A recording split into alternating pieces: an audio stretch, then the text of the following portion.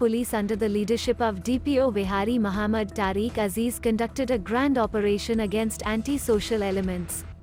3 notorious drug dealers arrested. More than 7 kilograms of hashish recovered. Wahari, grand operation led by DPO Tariq Aziz, SHO Model Town Police Station Muhammad Nasir and SHN Police Station President Buriwala Riaz Sial along with a grand operation against drug dealers. Police spokesman, Model Town Police Station arrested notorious drug dealer Afzal Chauhan with red hands.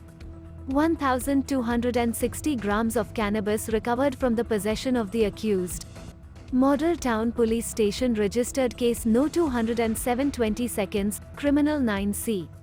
The police station arrested the notorious drug dealers Javed Bhatti and Nasir Habib. 6,020 grams of cannabis was recovered from the possession of the accused. Police.